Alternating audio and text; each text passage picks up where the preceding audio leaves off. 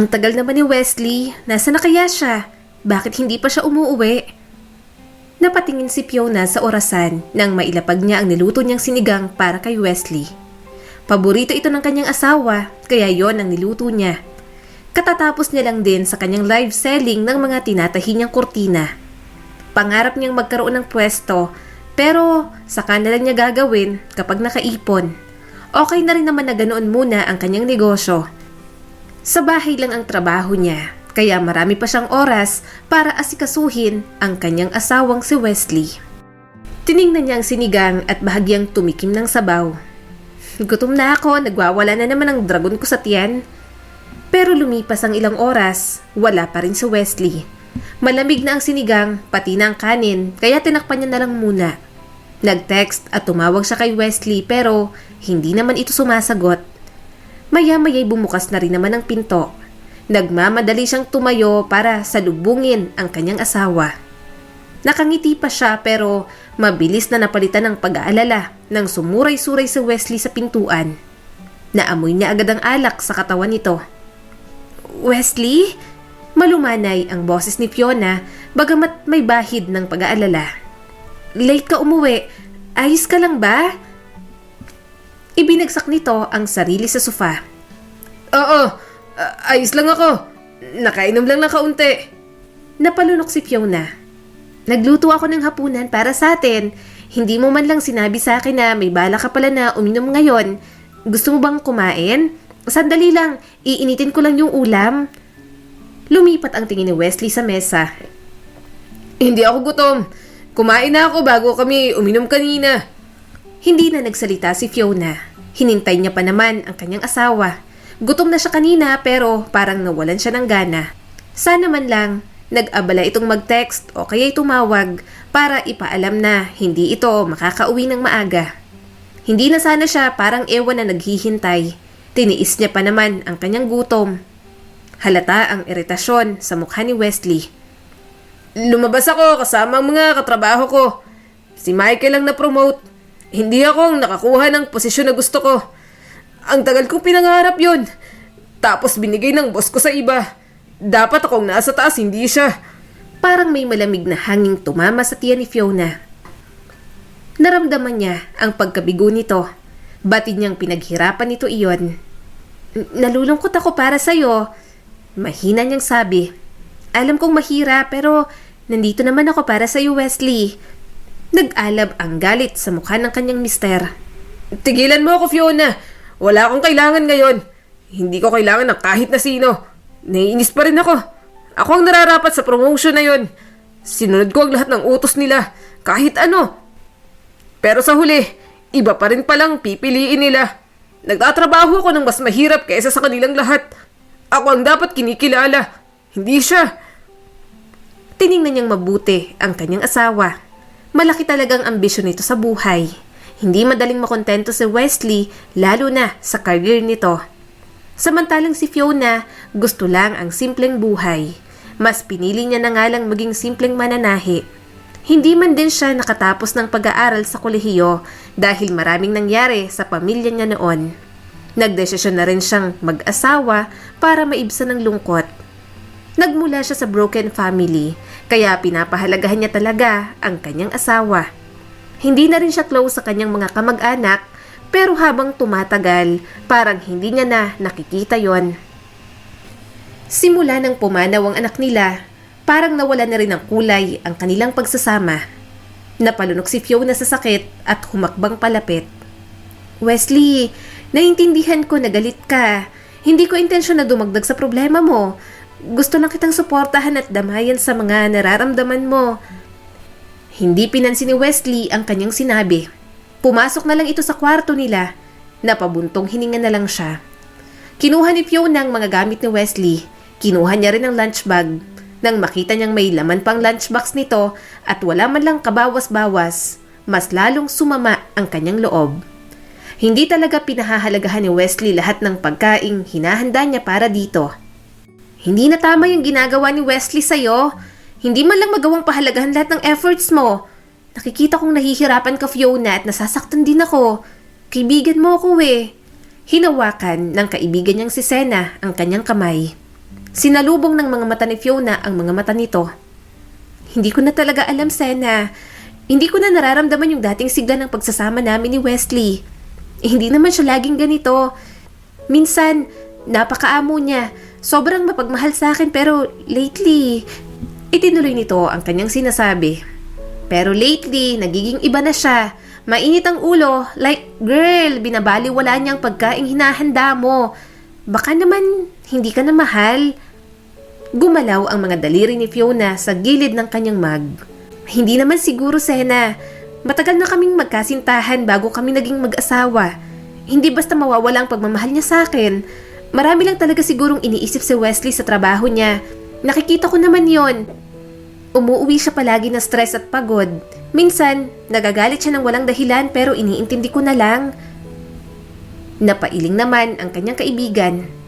Sige, doon na tayo sa nahihirapan siya sa trabaho. Pero hindi excuse para tratuhin kanya ng ganito. Inilalabas niya ang kanyang mga frustration sa'yo. Hiwalayan mo na lang kasi. Umiling si Fiona. Hindi niya kayang gawin yon. Sabay silang nangako sa Diyos. Hindi niya iiwan ang kanyang asawa, sa hirap man o sa ginhawa. Nangilid ang kanyang mga luha. Pero mahal ko siya. Alam kong may mga pagkukulang siya sa akin pero hindi naman sapat yun na dahilan para hiwalayan ko siya. Hindi ko pwedeng itapon na lang ang lahat ng yon dahil lang may pinagdadaanan kaming mahirap ngayon. Naniniwala si Fiona kay Wesley sa relasyon na mayroon sila. Nawawala lang ang kanyang asawa sa mga pinoproblema nito at bilang asawa, pagsuporta at pagmamahal ang tanging maibibigay niya. Batid niyang babalik pa sa dati ang lahat ng mayroon sa pagitan nila. Pero papaano kung dumating ang panahong hindi ka na niya mahal? Biglang tanong sa kanya ni Sena. Natigilan siya sandali. Hindi niya alam ang isasagot. Ni minsan naman, hindi niya pa naisip yon. Napakagatlabi si Fiona. Ipaglalaban ko. Pipilitin kong ibalik ang pagmamahal niya sa akin. Hindi ako pwedeng sumuko sa kanya. Hindi ko maisip ang buhay ko na wala si Wesley. Matamang tumingin sa kanya si Sena. Kahit magmahal siya ng iba, ipagsisiksikan mo pa rin ang sarili mo? Bahagyang bumahana ang inis sa dibdib ni Fiona. Ano ba naman yung tanong mo, Sena?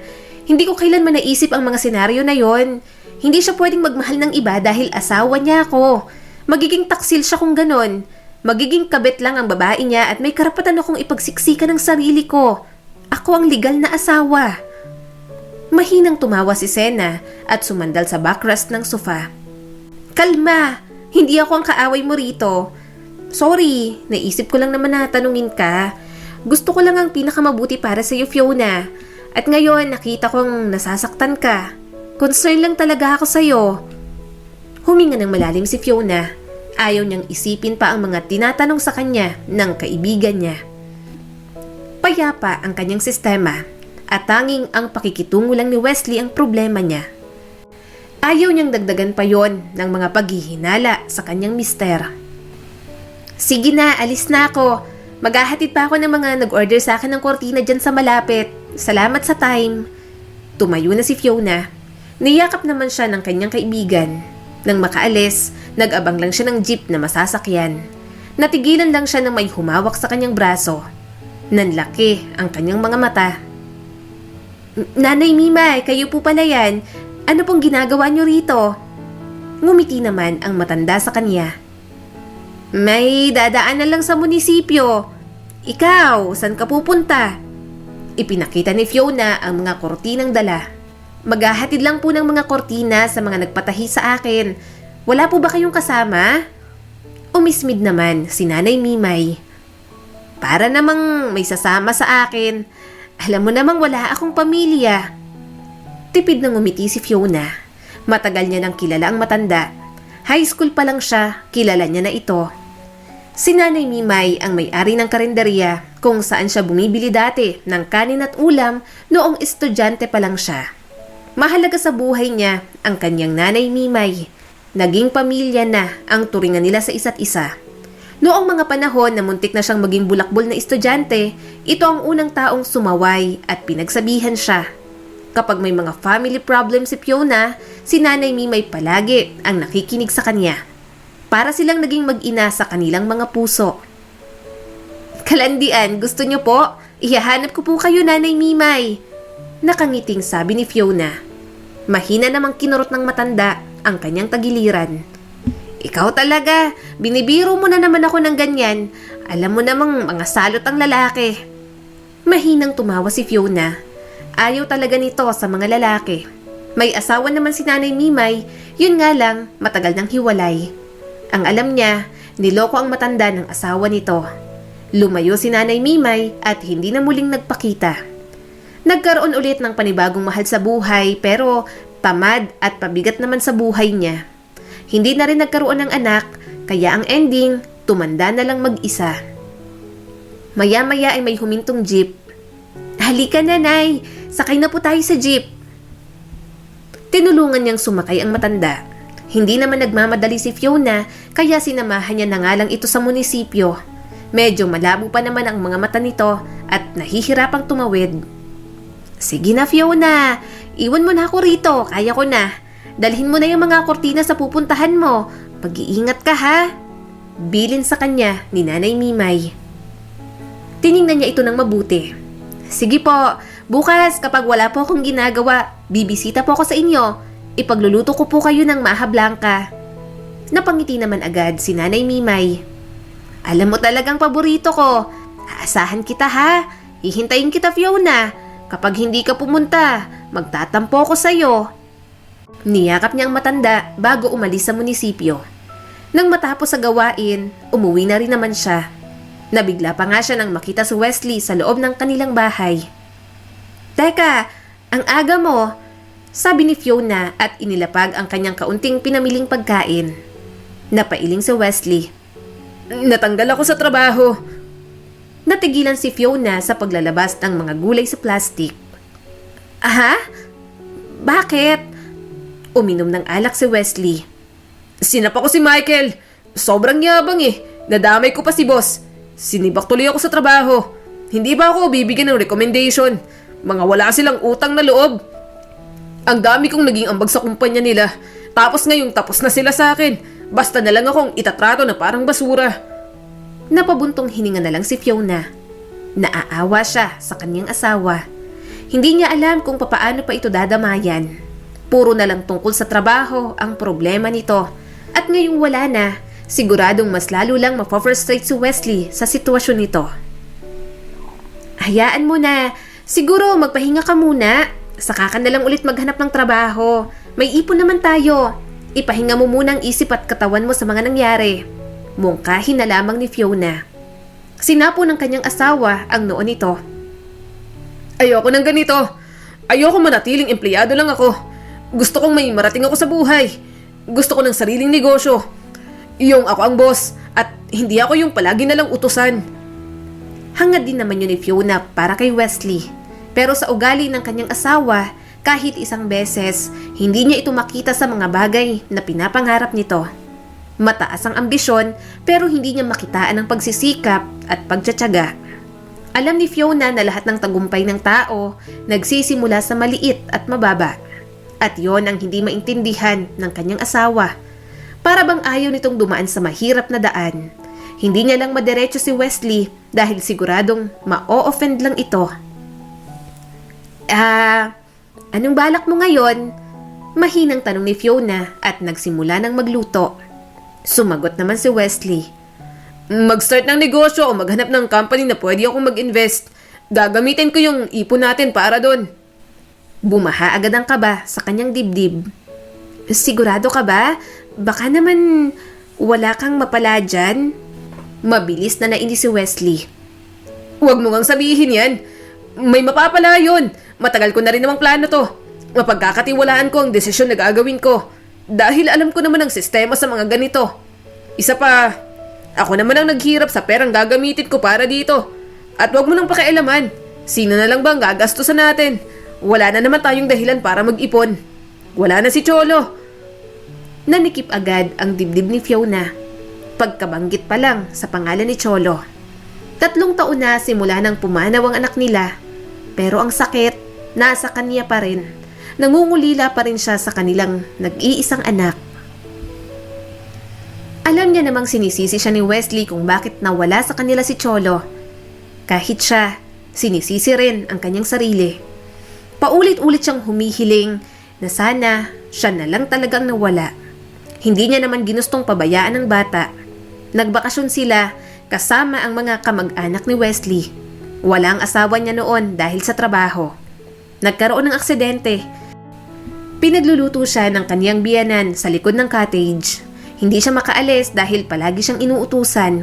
Halos siya lahat ang kumilos nung outing na yon. Pinagsilbihan niyang pamilya ni Wesley. Kasama naman ni Cholo ang mga pinsan nito, kaya kampante siyang maraming magbabantay sa kanyang anak. Pero hindi nangyari yon. Nalunod si Cholo at binawian ng buhay. Ilang sandali pa, narinig ni Fiona na tumunog ang cellphone nito. Nakita niyang pagguhit ng ngiti sa mga labi ni Wesley. Nang tumayo ang kanyang asawa, humakbang na siya papalapit dito. "Alis ka? Saan ka pupunta? Nakainom ka," paalala ni Fiona. Umiling naman si Wesley. "Hindi, 2 baso lang ang nainom ko. Wala pang tama. Diyan lang ako sa labas. May nag-text na kaibigan ko. Baka matulungan niya ako." "Teka, kumain ka muna ng dinner dito," sabi niya pa sa kaniyang asawa. Pero tuloy-tuloy lang sa pintuan si Wesley. "Hindi na. Sa labas na ako kakain. Baka anong oras na rin kasi ako makauwi. Siguradong mapapasarap ang kwentuhan namin." Yun lang ang huling sinabi nito bago umalis sa kanilang bahay. Naiwan siyang mag-isa. Napaupo na lang siya sa upuan. Tiningnan niya ang kanyang mga lulutuin. Nanginginig ang kanyang mga labi.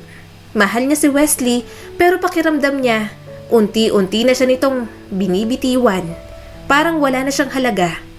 Muli siyang tumayo. Malungkot niyang nilagay sa refrigerator ang mga gulay. Hindi na lang siya magluluto ng hapunan. Nawala na rin talaga siya ng gana. Basta ng gabing yon, wala siyang ibang ginawa kundi ang umiyak. Yakap ni Fiona ang picture ng kanyang anak. At sa pagkakataon na yon, naramdaman niya ang pag-iisa. Kinabukasan, pinilit ni Fiona ang sariling maging maayos. Yun nga lang, hindi niya maitago ang kanyang namumugtong mga mata. Hiling niya na lang na hindi iyon mapansin ni Nanay Mimay. Kararating lang ni Fiona sa bahay nito nang biglang may tumilapong isang bungkos ng mga bulaklak sa labas ng bahay. Natamaan ang isang lalaking formal ang pananamit. Napatingin din siya sa sasakyan sa gilid nito. "Sabihin mo sa amo mo, huwag na siyang magpapadala sa akin ng mga regalo at bulaklak. Kapag umulit pa siya, sa harap ng bahay niya mismo ko itatapon ang mga yan." Sigaw ni Nanay Mimay. Tumikhim ang lalaki at bahagyang yumuko. "Makakarating, madam." Sumakay na ang lalaki sa kotse at tuluyang umalis. Humakbang naman siya papalapit kay Nanay Mimay at hinaplos niya ang likod nito at pilit na pinapakalma. "Nanay Mimay, kalma lang, baka makasama po sa inyo." Nag-aalalang sabi ni Fiona. "Sino po ba yon? Bakit galit na galit kayo?" Huminga ng malalim si Nanay Mimay. "Tauhan ng asawa kong manloloko. Napakatanda na pero sinusuyo pa rin ako." Napangiti si Fiona. "Ang haba naman po ng hair niyo, Nay." Tumaas ang isang kilay ni Nanay Mimay. "Naiinis ako sa matandang yon. May pasabi-sabi pang ako ang first love.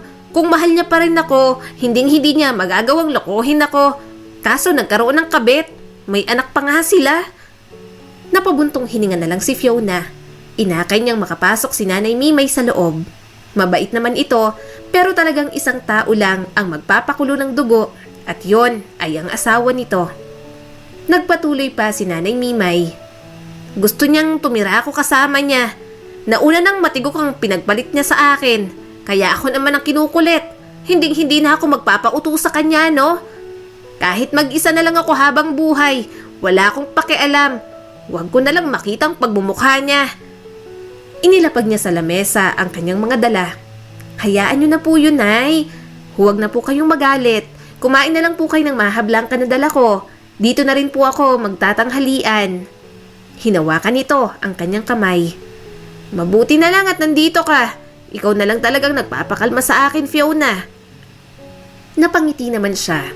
Ganon din ang nararamdaman niya kay Nanay Mimay. Kahit medyo masama pa ang pakiramdam, pinilit niya talagang pumunta sa bahay nito. Malulungkot lang siya sa bahay kapag nanatili pa siya doon. Teka, Fiona! Hinawakan nito ang kanyang mukha at tiningnan siya ng mabuti. Namumugto ang mga mata mo. Umiyak ka ba? Tanong pa lang yon pero hindi na naman niya napigilang umiyak. Naiinis si Fiona sa kanyang sarili. Ayaw niyang maging mahina at ayaw niyang maging iyakin. Pero simula bata pa, ganoon na siya at may mga bagay talaga sa mundo na mahirap baguhin kaagad. Pinaupo siya nito. Anong problema? Magsabi ka sa akin. Parang anak na kita. Pwede kang magsabi sa akin kung ano ang problema mo. Nag-away ba kayo ng asawa mo? Pinunasan ni Fiona ang kanyang mga luha. Hindi ko po masabing away eh. Siguro napapagod lang po ako sa pakikitungo niya sa akin. Pakiramdam ko po, sinisisi niya pa rin po ako sa pagkawala ni Cholo. Alam ko naman pong may kasalanan din po ako sa nangyari sa anak namin. Pero, hindi ko naman po ginusto yun, Nay. Hindi ko po gustong mawala ng anak. Mahigpit siyang niyakap ni Nanay Mimay. Bukod kay Sena, alam niyang ito lang ang makakaintindi sa kanya. Kaya panatag siyang sabihin lahat ng problema niya sa matanda. Para niya na itong nanay at parang itinuturing din siya nitong anak. May ibang pamilya na rin naman kasi ang kanyang ina. Gayon din ang kanyang ama. Kaya nga pakiramdam ni Fiona, parang wala rin talaga siyang masasandalan at matatakbuhang pamilya. Pero, bakit patuloy ka pa rin kumakapit, Fiona? Kung alam mong hindi ka na pinahahalagahan, sukuan mo na. Sa tingin ko, hindi ka na mahal ng asawa mo. Dahil kung mahal ka niya, kahit nawala ang anak ninyo, hindi ka niya tatratuhin ng ganito. Nanginig ang mga labi ni Fiona. Mahal pa naman po siguro ako ng asawa ko. Natatabunan lang po talaga ng mga nangyayari po sa amin. Napailing naman si Nanay Mimay. Sana, mas bukas ang isip niyang hindi mo naman ginusto ang nangyari kay Cholo. Pareho kayong nawalan. Dapat ang ginawa niya, damayan ninyo ang isa't isa. Hindi niya dapat sinisisi sa'yo ang lahat. Bakit? Lahat nagkulang, pero hindi na mababawi ang buhay ni Cholo. Noong mga panahong kailangan mo rin siya at nagluluksa ka, mas pinili niyang ilayo ang sarili niya sa'yo. Nung una, gusto ko siya para sa'yo, pero habang tumatagal, hindi ko na gusto ang nangyayari. At ayoko mang pangunahan, pero wala na akong nararamdamang pag-ibig kay Wesley para sa'yo. Niyakap niya si Nanay Mimay. Yun din sana ang gusto niyang mangyari. Umaasa siyang bumalik ang dating sigla ng kanilang pagsasama. Pero habang tumatagal, ang relasyon ay may lamat na, parang mas lalo lamang lumalala. Ramdam na ni Fiona yon. Ilang taon nang nanlalamig sa kanya si Wesley. Kapag magkasama sila, para bang pagod ito sa presensya niya at hindi siya manhid sa mga pinapakita nito. Pero isang bagay lang talaga ang pinanghahawakan niya at yon ay ang sinumpaan nilang mga pangako sa harap ng Diyos. Pagkatapos ng pag-uusap na yon, bahagyang kumalma si Fiona. Pinilit niya munang huwag isipin ang problema nila ni Wesley. Nakatulong naman sa kanya si Nanay Mimay dahil pinapatawa siya ng matanda sa mga kwento nito. Sa mga sumunod na araw, sinubukan ni Fiona na maging maayos. Kahit malamig ang pakikitungo ng kanyang asawa, pinagsisilbihan niya pa rin ito. Hindi siya umaalis sa tabi ni Wesley dahil responsibilidad niya iyon bilang asawa. Naging abala naman si Wesley sa gusto nitong negosyo. Mukhang papasukin ng mga ito ang food industry ayon sa mga naririnig niya sa kanyang asawa. Pero isang araw, bigla na lang umuwing sobrang init ng ulo ni Wesley. Gusto niyang magkwento ito ng problema, pero hindi nito ginawa. Gayunpaman, sinika pa rin ni Fiona na maramdaman nitong nasa tabi siya nito. Kinabukasan, balak niyang maglaba. Inayos niya ng mga damit. Subalit, natigilan lamang siya nang mapansin ang isang lipstick stain sa kuwelyo ng paboritong damit ni Wesley. Nang inamoy niya yon, bumaha ang kaba sa kanyang dibdib. Hindi iyon ang karaniwang kulong ni Wesley. Amoy babae ang halimuyak. Pamilyar sa kanya pero hindi niya matandaan kung saan niya naamoy. Kanino ko nga ulit naamoy ang pabango na to? Mahinang tanong niya sa sarili. Huminga ng malalim si Fiona. Sinubukan niyang kumalma. Dala ang damit, lumabas siya ng kwarto. Nasa sala si Wesley at abala sa mga binabasa nitong mga papeles. Itinaas ni Fiona ang shirt. Wesley, pwede mo bang ipaliwanag to? Saan to galing? Kumunot ang noo nito. Anong meron? May lipstick stain, sabi ni Fiona. At amoy pabango. Bakit ganito, Wesley? May babae ka ba? Bumaha ang iritasyon sa mukha nito. Anong sabi mo? Anong babae? Hindi ko alam, Fiona. Hindi ko alam kung saan galing yan. Sarkastikong tumawa si Fiona. Imposibleng hindi mo alam, Wesley. Umiling naman ito. Hindi ko nga alam kung saan galing yan. Baka may napadikit lang sa akin na babae kung saan. At ano bang pinupunto mo? May babae ako? Pwede ba, Fiona? Sobrang stress na nga ako sa kakaisip ng kung anong mangyayari sa career ko. Tapos dadagdag ka pa. Makaalis na nga. Hinawakan niya ito sa braso. Saan ka pupunta, Wesley? Nag-uusap pa tayo. Tinanggal nito ang pagkakahawak niya. Sa coffee shop. Doon ko gagawin tong inaasikaso ko. Hindi ako makakapag-isip at makakapag-focus ng maayos dahil sa'yo. Nang umalis si Wesley, humigpit ang hawak ni Fiona sa damit nito. Nasasaktan siya. Gusto niyang maniwala pero hindi siya mangmang para magpauto. Alam niyang may babae ito at huhulihin niya yon kung sino. Hindi ko alam ang gagawin ko, Sena, sabi ni Fiona at pinasadahan ng kamay ang magulo niyang buhok. Hindi pa ako nagkakaroon ng kutob na ganito. Malakas talagang hinala ko na may babae si Wesley. Feeling ko magsisinungaling siya sa akin. Matamang tumingin sa kanya si Sena. Baka naman wala talaga. Baka masyado mo lang pinag-iisipan ng masama si Wesley kasi madalas na lang kayong mag-away. Nabasag ang boses ni Fiona. Ayokong isipin pero parang totoo. Hindi pa nakatulong na parang nararamdaman kong nawawala na siya ng gana sa akin. Lagi siyang umuuwi ng late. Pero hindi ko naman siya iniisipan ng masama. Ang alam ko, purong trabaho lang ang inaatupag niya. Ngunit pagkatapos ng nakita ko, hindi ko na talaga alam. Hinawakan ni Sena ang kanyang kamay. Hindi ko alam kung anong sasabihin ko, pero tandaan mo, nandito lang ako para sa'yo kahit anong mangyari. Malalampasan mo rin yan, Fiona. Tipid siyang napangiti. Mabuti na lang, nasa tabi niya si Sena. Tumayo na silang dalawa. Nang nasa pintuan na, niyakap ni Fiona ang kanyang kaibigan. Sa maikling sandali, naamoy ni Fiona ang pabango ni Sena. Natigilan siya. Bumilis ang tibok ng kanyang puso. Kaya pala pamilyar sa kanya ang amoy na yon. Gamit din ni Sena ang ganoong perfume. Napalunok si Fiona at pilit nang umiti. Naiilang siya. Hindi lang siguro siya komportableng maamoy iyon sa kanyang kaibigan at sa posibleng kabit ng kanyang asawa. Salamat sa pagpunta, Sena, sabi ni Fiona sa dalaga. Ngumiti naman ito. Kahit kailan, Fiona, ipaalam mo sa akin kung may kailangan ka, tawagan mo lang ako. Nang makaalis na si Sena, nawala ang ngiti niya sa mga labi. Mas lalo lang siyang hindi natahimik. Ang daming gumugulo sa kanyang isip, pero lahat ng yon natabunan dahil sa espesyal na sorpresa na ginawa ni Wesley para sa kanya. Suotin mo yan! Utos sa kanya ni Wesley. May pupuntahan tayo. Hindi alam ni Fiona kung saan sila pupunta at kung anong meron, pero nang masuot niya na ang puting dress na binili nito para sa kanya, napangiti na siya. Nagkulot siya ng buhok at nag-makeup.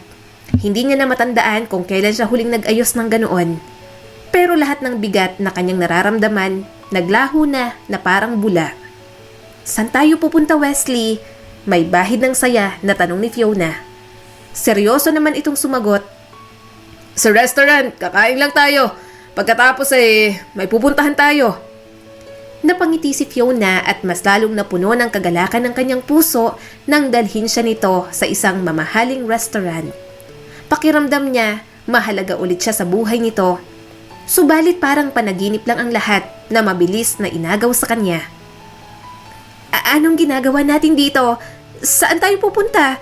Kaninong building to? Tungkol ba to sa trabaho mo? Sunod-sunod na tanong ni Fiona. Wala siyang ideya kung saan siya dinala ni Wesley. Hanggang sa pumasok sila sa isang silid. Sa labas pa lang, nang makita niya na maraming bodyguard, kinabahan na siya. Lalo na nang makita niya ang isang matandang lalaki sa loob ng silid. Nandito na si Fiona. Isisend mo na bang pera? Tanong ni Wesley sa matanda. Tumango naman ito at tumingin sa kanya bago kay Wesley. Oo, gaya ng napag-usapan. Bayad ka na sa utang mo at isisend ko na sa iyo ang 30 million. Umawang ang bibig ni Fiona. Anong ibig sabihin nito, Wesley? Pilit niyang hinawakan ng kamay nito, subalit tinabig ng kanyang asawa yon. Natulala na lang si Fiona. Doon pa lang siya nasampal ng katotohanan. Wala talagang pakialam sa kanya si Wesley. Anong ibig sabihin nito? Sumabog na ang kinikimkim na mga luha ni Fiona. Anong sinasabi mo?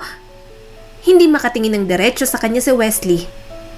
Alam mong kailangan kong gumawa ng paraan para sa career ko, di ba? Natalo ko sa kasino ang perang inipon ko. Wala na akong pera sa negosyong gusto ko. Nagkaroon pa ako ng utang. Kaya para mangyari yon, kailangan kita. Ikaw ang hinihingi niyang kapalit. Kaya kapag naibigay kita, bibigyan niya ako ng 30 million. Malakas na dumapo ang kamay ni Fiona sa mukha ni Wesley. Namula agad ang mukha nito sa sobrang lakas nun. Nanginginig sa galit si Fiona habang tumutulo ang mga luha. Hindi niya talaga matanggap. Malakas na dumapo ang mga kamao ni Fiona sa dibdib ni Wesley. Paulit-ulit at walang tigil. Anong tingin mo sa akin? Gamit na pwede mong ibenta? Anong klaseng asawa ka? Bakit ginawa mo sa akin to? Mahigpit na hinawakan ni Wesley ang mga kamay niya. Please, pagbigyan mo na ako sa isang to. Kailangan ko lang. At ano pang inaarte mo? Alam kong ramdam mo rin na ayaw ko na sa'yo. Malakas niyang itinulak si Wesley. Oo, ramdam ko. Ramdam kong hindi mo na ako mahal.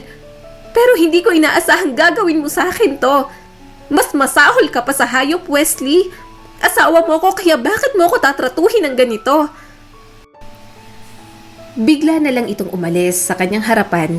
Ni wala man lang siyang nakitang konsensya sa mga mata nito. Wala siyang ibang ginawa kundi ang umiyak habang tinatawag ang pangalan nito. Iha, maupo ka. Malumanay na sabi ng matanda sa kanya. Umiling si Fiona. Hindi. Ayoko. Tumalikod siya. Bubuksan niya sana ang pinto pero natigilan siya sa binanggit na pangalan ng matanda. Kilala mo si Mimay, hindi ba?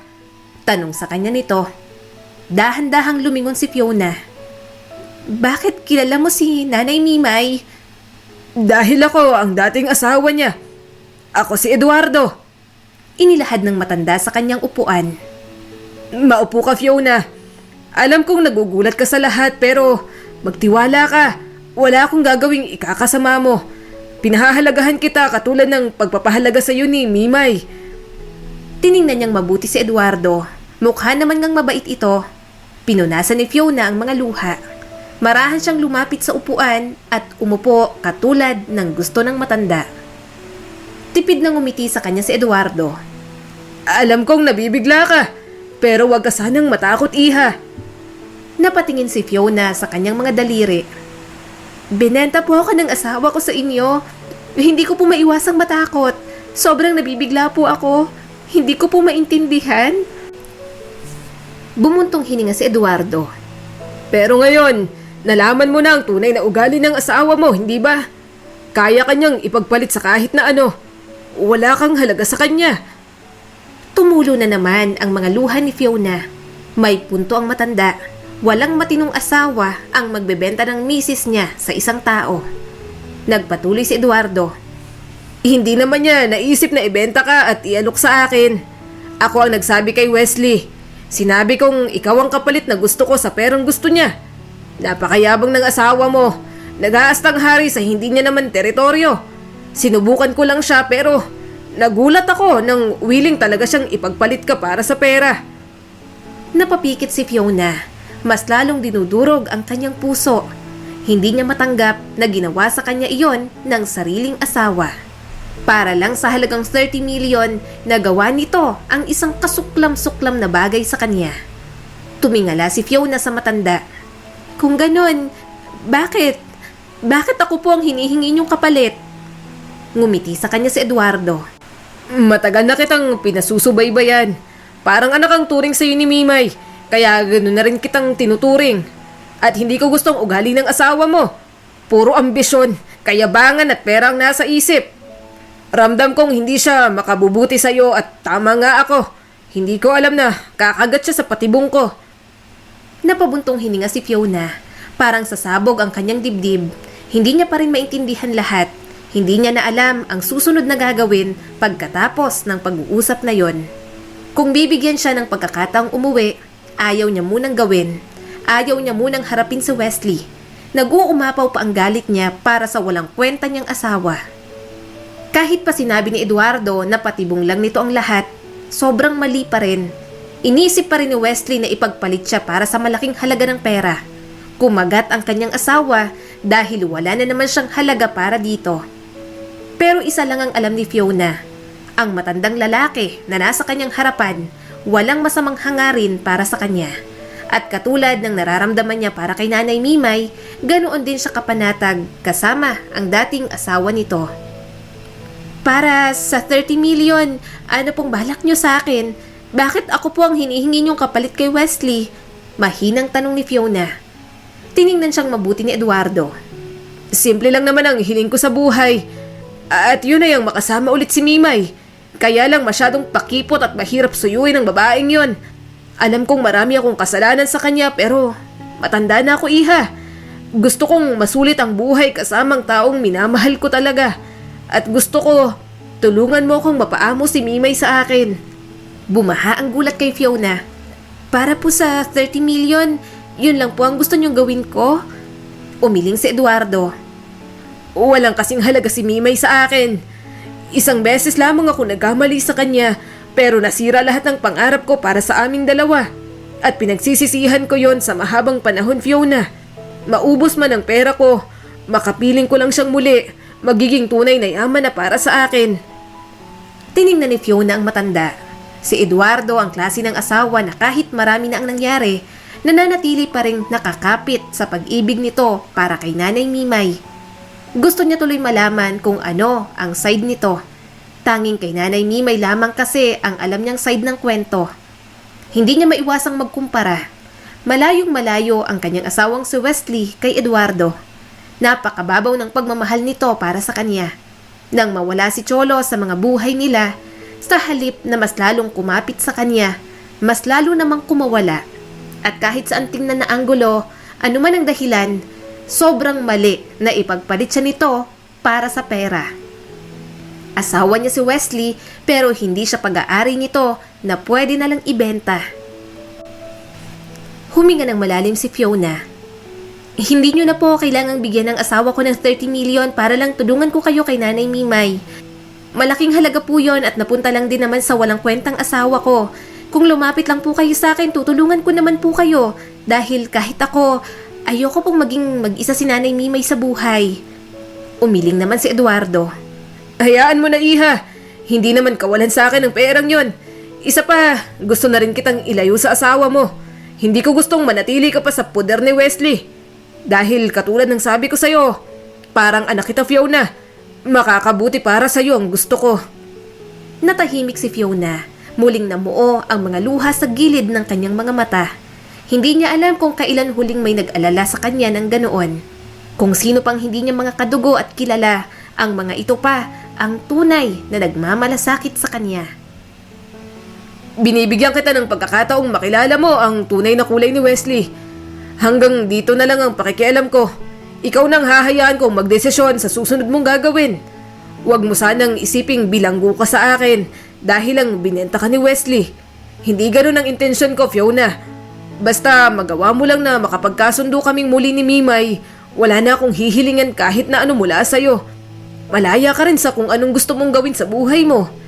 Sabi sa kanya ng matanda. Tumango naman si Fiona. Naiintindihan ko po, sir. Mahinang tumawa ang matanda. Nanay Mimay ang tawag mo sa dati kong asawa. Kaya Tatay Eduardo na rin ang gusto kong itawag mo sa akin. Para ka na naming anak, Fiona. Hindi ka na iba sa akin kahit ngayon mo lang ako nakasalamuha. Sa bahay man ni Mimay o sa bahay ko, palagi kang welcome. Sa ngayon, halika. sumama ka na muna sa akin sa mansyon. Alam kong marami kang pinagdadaanan at iniisip ngayon. Bigyan mo muna ang sarili mo ng pahinga, Fiona. Nakangiting sabi sa kanya ni Eduardo. Huminga siya ng malalim at marahang tumango. Tama ito. Kailangan niya nga muna siguro ng pahinga. Sisikapin niya munang tanggalin sa sistema niya si Wesley. Kapag okay na lahat at humupa na ang kanyang sama ng loob at nagawa niya na ang gustong mangyari ni Eduardo, babalik siya kay Wesley. Hindi niya mapapalampas ang ginawa nito sa kanya. Kung sa ibang tao siya nito binenta, baka kung ano nang nangyari sa kanya. Niwala man lang itong pakialam kung iwan siya kay Eduardo. Mahal niya ang kanyang asawa, pero labis na ang samang ginawa nito sa kanya. Ito ang magiging kwarto mo, iha. May mga ilang gamit na sa loob pero hindi ko alam ang sukat mo kaya madadagdagan pa yan. Imporma sa kanya ni Tatay Eduardo. Umiling agad si Fiona. Nako, wag na po. Mapapagastos lang po kayo. Hindi ko naman po kailangan ng maraming damit. Basta po komportableng isuot. Napangiti naman ito. Jesus, wag mong isipin ang gastos. Bukas, magpapabili ako ng sewing machine at mga gamit sa pananahi. Mahilig ka doon, hindi ba? Para may mapaglibangan ka naman dito sa mansyon. Palitan mo na ang mga kortina. Ikaw na ang bahala. Nanlaki ang mga mata ni Fiona. Pati pala yon, alam ni Tatay Eduardo. Napahinga na lamang siya ng malalim. Nawiwindang siya sa mga nalalaman nito, gayon din sa yaman. Natanaw niya pa lamang ang mansyon, alam niya na hindi basta-bastang mayaman lang si Tatay Eduardo. Parang ang hirap paniwalaang ito ang dating asawa ni Nanay Mimay. Napakagatlabi si Fiona. Nako, nakakahiya naman po. Baka masira ko pa po ang interior ng mansyon kung papakialaman ko yung mga kortina. Maganda naman po lahat. Ipagtatahi ko na lang po siguro kayo ng mga punda sa unan at mga bedsheet. Marunong din po ako magtahi ng damit. Gumuhit ang ngiti sa mga labi ni Tatay Eduardo. Kung ganon, gawin mo kung anong gusto mong gawin. Kapag may kailangan ka, iiwan ko sa'yo si Ida. Siya ang kasambahay dito sa mansyon. Huwag kang mahihiya ha. O siya, aalis muna ako. May aasikasuhin pa rin naman ako. Mawawala ako ng mga ilang linggo. Pupunta ako sa Palawan, may aasikasuhin lamang sa negosyo. Pagbalik ko, pag-usapan na natin ang tungkol kay Mimay. Tumango na lamang si Fiona. Naiilang pa rin siya, pero sa boses ni Tatay Eduardo na kalmado, hindi niya mapigilang ma-feel at home. Nang mapag-isa na siya sa kwarto, ay huminga siya ng malalim. Walang kasiguraduhan sa mga mangyayari sa susunod na araw. Gayunpaman, nakatagpo si Fiona ng isa pang tao na tunay na nagmamalasakit sa kanya. Kahit ganoon ang ginawa ng asawa niya, parang blessing in disguise na rin ang pagdating ni Tatay Eduardo sa kanyang buhay. Sa mga sumunod na araw, naging masaya naman ang araw ni Fiona sa mansyon. Hindi rin siya nabagot dahil sa mga kasambahay. Madali rin naman kasi siyang makisama sa kahit na sinong tao. Oo, crush niyang si Lina yung security guard dun sa kapitbahay. Hindi ko nga maintindihan dyan. Ang pangit pumili. Sabi ng isang kasambahay at inasar si Lina. Kung ano-anong kwento sa kanya ng mga ito kaya talagang natatawa na lang si Fiona. Gusto niya mang mag-share pero pakiramdam niya hindi niya dapat gawin. Masyadong personal at masakit pa rin talaga ang ginawa ng kanyang asawa. Mukhang binilinan na rin naman ni Tatay Eduardo ang mga kasambahay dahil kahit isang beses, hindi nagtatanong ang mga ito tungkol sa personal niyang buhay. Hindi niya rin naririnig o nakikitang nagchichismisan ang mga ito, kaya madali niya ring nakapalagayan ng loob. Maya-maya ay biglang tumahimik ang mga ito. Kumunot ang kanyang noo. Paglingon niya sa pinto ng kitchen, nakita ni Fiona ang isang lalaki. Pumasok sa loob ang isang matangkad at lalaking labis kong makatitig sa kanya. Para bang may ginawa siyang masama, napalunok si Fiona. Ramdam na ramdam niya ang katahimikan na bumalot sa kitchen. Sandaling napawi ang ngiti niya. Saglit lang ito at kumuha ng tubig at umalis na rin naman. Matapos ang ilang saglit na katahimikan, nagtanong na si Fiona. Sino yon? Pabulong na sumagot ang isang kasambahay. Si Sir Eric yun, anak ni Sir Eduardo. Masamang ugali kaya iwas ka na lang kapag nandyan. Malaki naman ang mansyon. Kahit si Sir Eduardo, sinasama niya ng ugali. Nanlaki ang mga mata ni Fiona sa gulat. May anak si Tatay Eduardo? Hindi ko alam. Mataimtim na tumango ang dalaga. Anak sa pangalawang asawa ni Sir Eduardo. Palagi lang talaga siyang wala dito dahil sa mga ilang inaasikasong negosyo. Pero kapag nandito yan, nako, ihanda mo na talagang loob mo. Masakit magsalita si Sir Eric. Kinagabihan, nagtungo si Fiona sa kanyang silid. Kararating pa lang niya sa koridor patungo sa kanyang kwarto, biglang may isang malakas na kamay ang humawak sa kanyang braso. Hinila siya at isinandal sa pader. Napasinghap siya sa labis na pagkabigla. Nakita niya si Eric na nakatayo sa kanyang harapan. Madilim mga ekspresyon nito. Natatakot si Fiona sa lapit nila sa isa't isa. Sino ka sa tingin mo? Ikaw ang bagong girlfriend ng tatay ko, hindi ba? Puno ng pagkamuhing tanong nito sa kanya. Natigilan si Fiona. Ano? Hindi ako. Huwag kang magsinungaling sa akin. Marahas na putol ni Eric. Sa tingin mo ba, mauuto mo ang katulad ng papa ko? Mukha kang pera. Alam ko kung anong klase kang babae. Nanlaki ang mga mata ni Fiona sa gulat at galit. Hindi totoo yan. Wala akong intensyon kay Tatay Eduardo sa ganung paraan. Wala akong interes sa pera niya. Pumunta ako dito kasi may mga nangyari sa akin na hindi ko rin naman inasahan. Namula ang mukha ni Eric sa pangahamak. At anong nangyari? Ang magpabuntis ka sa papa ko? Nakaramdam ng matinding galit si Fiona. Itinaas niya ang kanyang kamay at sinampal sa mukha si Eric. Ang tunog ay umalingaw-ngaw ng husto sa buong koridor. Tinulak niya ito. Anong karapatan mo para husgahan at akusahan ako ng ganyan? Hindi mo ako kilala. Hindi ako nandito para sa kanyang pera o anumang bagay. May sarili akong buhay. Sarili kong dahilan kung bakit ako nandito. May bahid ng frustration ang mga mata nito. Bakit ka nandito kung hindi ka buntis? Kasing edad lang kita, pero pinatulan mo siya.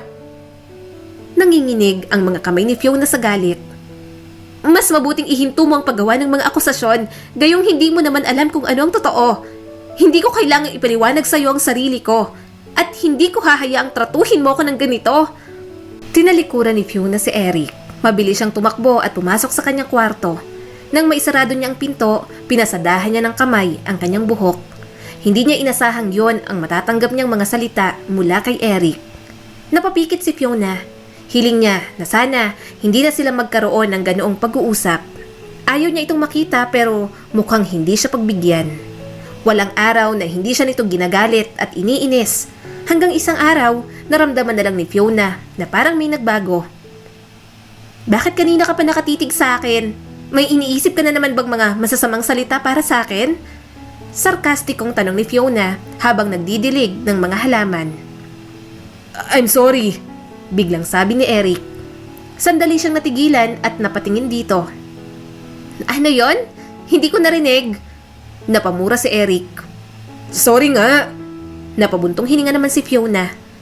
Bakit kasi ang sama ng ugali mo? Hindi mo ako masisisi. Bigla ka na lang sumulpot sa mansyon. Isa pa, hindi ko babaguhin ang ugali ko para sa'yo. Sino ka ba? Naiiritang tanong ni Eric sa kanya. Napairap si Fiona. Humingi ng sorry pero masama pa rin talagang ugali. Iniisip niya kung anong brand ng gatas ang pinainom kay Eric at bakit ganun ang ugali nito. Alam ko na lahat. Nanghihinang sabi nito. Binenta ka ng asawa mo. Pinagpalit ka para sa pera, hindi ba? Humigpit ang hawak ni Fiona sa hose. Oo, pero hindi ko alam ang rason para malaman mo pa yon. Chismoso ka rin, no?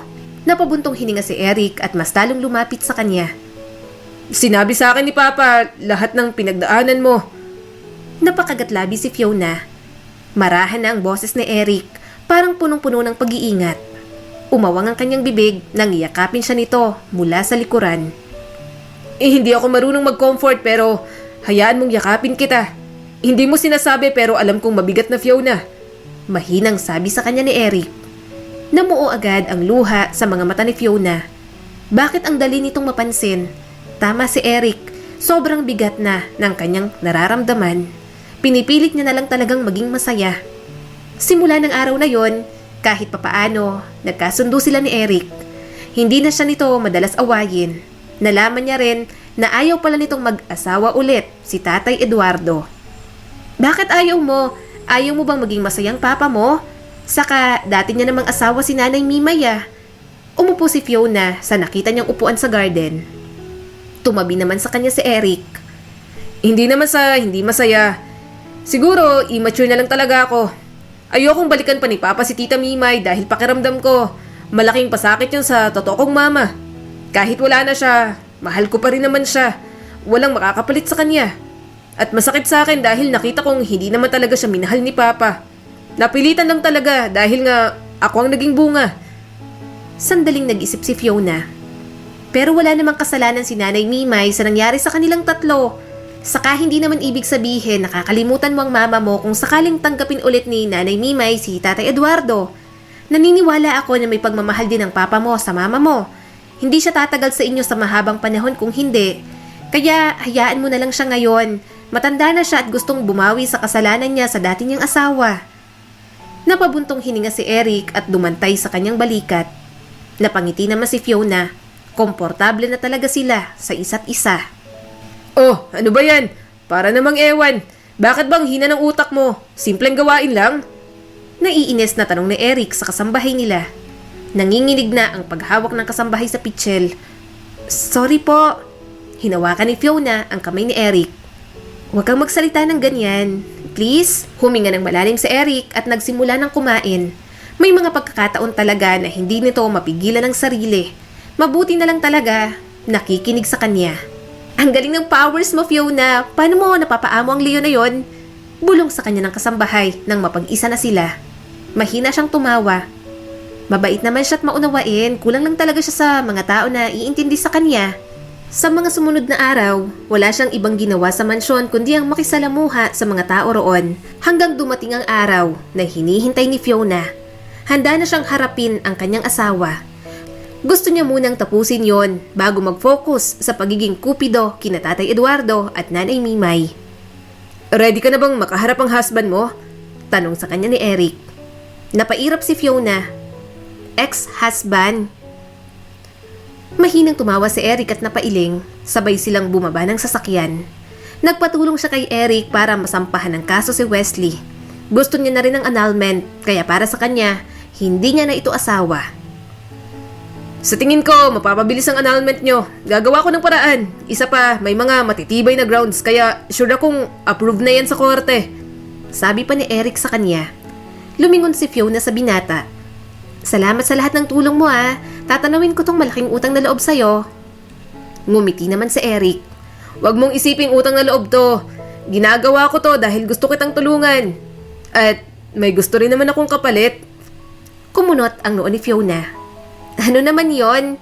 Mahinang tumawa si Eric. Malalaman mo rin sa takdang panahon. Mahina na rin siyang tumawa. Umalis na siya ron, iniwan niya sa coffee shop si Eric. Gusto niyang siya na lang muna ang humarap kay Wesley. Laban niya yon at hindi niya na dapat pang idamay si Eric. Pagkarating sa bahay, hindi na siya nagulat na may babae si Wesley. Inaasahan niya na yon. Pero ang hindi inasahan ni Fiona, si Sena, ang matalik niyang kaibigan, ang bumungad sa kanya. Fiona, anong ginagawa mo rito? Nauutal na tanong ni Sena sa kanya. Mapakla siyang tumawa. Bakit ganyan ang tanong mo sa akin? Hindi ba dapat ako ang magtanong sa'yo niyan? Malakas na dumapo ang palad niya sa mukha nito. Hinila ang buhok at kinaladkad papasok. Mahina siyang tumawa nang makitang malaki na ang pinagbago ng lahat. Napatayo si Wesley at nagulat din sa presensya niya. Nanlaki ang mga mata ng kanyang asawa. Fiona! Pumasok agad siya sa loob ng kwarto. Kinuha niyang mga importante niyang gamit. Isinama niya na rin ang picture frames at photo album ni Cholo. Walang kwenta si Wesley pero hindi niya iiwan ang mga alaala ng kanyang anak. Nang maipon lahat ng yon, pinadala niya na sa kasama niyang bodyguard. Hindi niya man kasama si Eric, sinigurado pa rin ito na may kasama siya. Natatakot kasi ang binata na baka may mangyari sa kanyang masama. Anong ginagawa mo rito? Bakit ka pa bumalik? Naiinis na tanong ni Wesley. Hinarap niya ito. Bakit? Ano bang inaasahan mo na tuluyang masisira ang buhay ko pagkatapos ng ginawa mo sa akin, ha? Malakas na dumapo ang palad niya sa mukha nito. Itutulak sana niya si Wesley pero mabilis itong hinarangan ng mga guard. Ano? Sasaktan mo ako? Sige, patunayan mo lalo na wala kang kwentang asawa. Sigaw niya rito. Ngumisi si Wesley. Ikaw, Ano bang tingin mo sa sarili mo? Wala ka rin kwentang ina. Nanikip agad ang dibdib ni Fiona. Simula nang mawala si Cholo, sa akin mo nalang sinisi lahat na para bang wala rin kasalanan ng mga kamag-anak mo. Oo, napabayaan ko si Cholo pero hindi ko ginusto yon. Hindi ako walang kwentang ina. Alam ko sa sarili ko na ilalagaan at ginawa ko ang lahat para sa anak ko. Ikaw ang walang kwenta at basurang ugali. Tiniis ko ang panlalamig mo sa loob ng 3 taon. Nagsikap ako na suyuin ka at akuin lahat. Pero anong ginawa mo? Binenta mo ko kapalit ng pera. Pinagpalit mo pa ako sa best friend ko. Sabihin mo nga, Wesley, tao ka pa ba? Ha? Hinahabol niya ang kanyang hininga ni hindi niya man lang nakitaan ng pagsisisi ang mukha ni Wesley. Mas lalo niyang napatunayan na palitan na ng galit ang dati nitong pagmamahal sa kanya. Fiona, sorry. Umiiyak na sabi ni Sena. Muli niya itong sinaktan. Isa ka pa. Sorry? Para sa nang sorry mo? Pinagmukha niyo akong uto-uto. Sa'yo ko sinasabi lahat ng problema namin ng asawa ko, pero ikaw palang ugat ng problema. Napahagulgol na si Sena. Anong magagawa mo? Hindi ka na nga mahal ni Wesley. Ako nang mahal niya. At buntis na ako. Wala ka nang magagawa. Sarkastiko siyang tumawa. Nagawa na talaga siyang saktan ni Wesley sa kahit na anong paraan. Mas masakit pa dahil sa ginawa rin ni Sena. Walang salita, umalis na si Fiona doon. Gusto niyang gumante pero hindi niya ibubuhos sa bata na walang kamalay-malay ang kanyang galit. Kahit gustong-gusto niyang gumanti kay Sena, hindi niya nalang papakialaman. Pero hindi niya pa rin palalagpasin ang ginawa ni Wesley sa kanya. Huwag kayong aalis hanggang hindi dumarating ang mga pulis. Bantayan niyo sila. Hindi sila pwedeng tumakas. Hindi sila agad huhulihin kaya magbantay kayo ng palihim. Utos ni Fiona sa mga bodyguard ni Eric. Tumango naman ang mga ito. Nang matapos na si Fiona doon, umalis na rin naman siya. Nang bumalik siya sa coffee shop, yakap agad ni Eric ang sumalubong sa kanya. Hindi niya na napigilang umiyak. Ang sakit-sakit, Eric. Hinaplos nito ang kanyang buhok. Magiging maayos din ang lahat. Huwag kang mag-alala, Fiona. Kasama mo ako sa laban palagi. Wala na siyang koneksyon. Palihim ko nang sinisira ang negosyo niya. Hindi rin siya makakatakas sa ginawa niya sa'yo. Pagbabayaran niya yun. Tumingala siya kay Eric. Pero papaano kung madamay ang papa mo? Mabuting dahilan pero iba pa rin ang iisipin dahil siya ang lumalabas na bumili sa akin. Umiling si Eric. Hindi siya madadamay. Sa ibang kaso natin siya pupunteryahin. Nalaman kong marami din pala siyang itinakbong pera mula sa mga nag-invest sa kanya. Hindi pa nalalaman pero sa oras na ilabas ko yon, siguradong maaalarma na tatakas na si Wesley. Naghahanap lang siguro ng tiyempo pero hindi niya alam na unahan ko na siya. Simula ng araw na yon, walang ibang ginawa si Eric kundi asikasuhin ang kaso at tulungan siya. At sa lahat ng ginagawa nito, hindi niya mapigilang ma-appreciate yon. Bumalik na rin naman si Tatay Eduardo at katulad ng hiling nito sa kanya, inilakad niya nga ito kay Nanay Mimay. Matinding suyuan ang nangyari pero sa bandang huli, bumigay na rin naman si Nanay Mimay. Nabilanggo na rin naman si Wesley. Tama nga si Eric, marami ang nagsampa ng kaso laban dito. Parang ang hirap paniwalaan, pero masama pala talagang tao ang lalaking pinili niyang pakasalan noon. Kay Sena naman, hindi niya na alam, ayaw nang makibalita ni Fiona. Wala na siyang pakialam sa dating kaibigan. Wala siyang ibang ginawa kundi bawiin ang dating sigla ng kanyang buhay. Sa mansyon na siya nanirahan kasama ang mga taong talagang nagmamalasakit sa kanya. At dahil doon, unti-unti siyang nakabangon. Iha, balak sana namin ni Mimay na ampunin ka pagkatapos ng kasal namin. Sabi ni Tatay Eduardo sa kanya. Napangiti siya. Talaga po, aampunin. Pinutol agad ni Eric ang gustong sabihin ng tatay nito. Hindi ko gustong maging kapatid si Fiona. Kumunot ang noo ni Tatay Eduardo. Abay bakit? Mukha na naman kayong magkasundo. Naiinis na tumingin si Eric sa tatay nito. Hindi ako papayag na ampunin niyo si Fiona. Dahil gusto ko siya. Mas gusto ko siyang maging asawa kaysa kapatid ko. Umawang ang bibig ni Fiona sa gulat. Hindi siya makapaniwala sa sinabi ni Eric. Akala niya talaga hanggang kaibigan lang ang turing nito. Gusto mo ko? Gulat niyang tanong. Umiwas ng tingin si Eric at napakagatlabi na. Hulog na ako. Sobrang malala na. Simula ng pag-amin na yon, niligawan siya ni Eric. Nahihiya siya dahil nagkaroon na siya ng unang asawa. Bukod doon, inaasikaso pa rin ang kanilang annulment. Pero hindi yun naging hadlang kay Eric. Masama ang ugali at minsan masungit, pero kahit isang beses, hindi niya na muling narinig si Eric na husgahan siya. Mas pinakita nito ang tunay na nararamdaman para sa kanya. Sana next time tayo naman ang ikasal. Bulong sa kanya ni Eric. Natatawang siniko ni Fiona ang binata. Darating din tayo dyan. Matyagang naghintay sa kanya si Eric. Nirerespeto din ito bawat desisyon niya. Hanggang sa dumating ang hinihiling nila, nawalan na rin ng bisa ang kasal nila ni Wesley. Dahil doon, malaya na silang nakapagpakasal at bumuo ng sarili nilang pamilya. Eric, huwag kang maglambing ng ganyan. Mahiya ka naman. Nandyan si nanay at tatay. Ano ka ba naman? Naiinis na sabi ni Fiona pero nakangiti pa rin. Abala siya sa pag-aaral kung papaano gamitin ang oven. Pero ang magaling niyang asawa, walang ibang ginawa kundi ang yumakap ng yumakap sa kanya. May kasama pang pagsinghot sa leeg niya at parang tuko kung makakapit. Hindi yan. Busy naman sila sa apo nila. Wala na nga silang pakialam sa atin eh. Puro na lang sila, apo, apo, apo na lang. Reklamo pa ni Eric. Palambing naman ako. Ang tagal kong nawala dahil sa business trip tapos ayaw mo man lang akong lambingin. Tinigil ni Fiona ang ginagawa.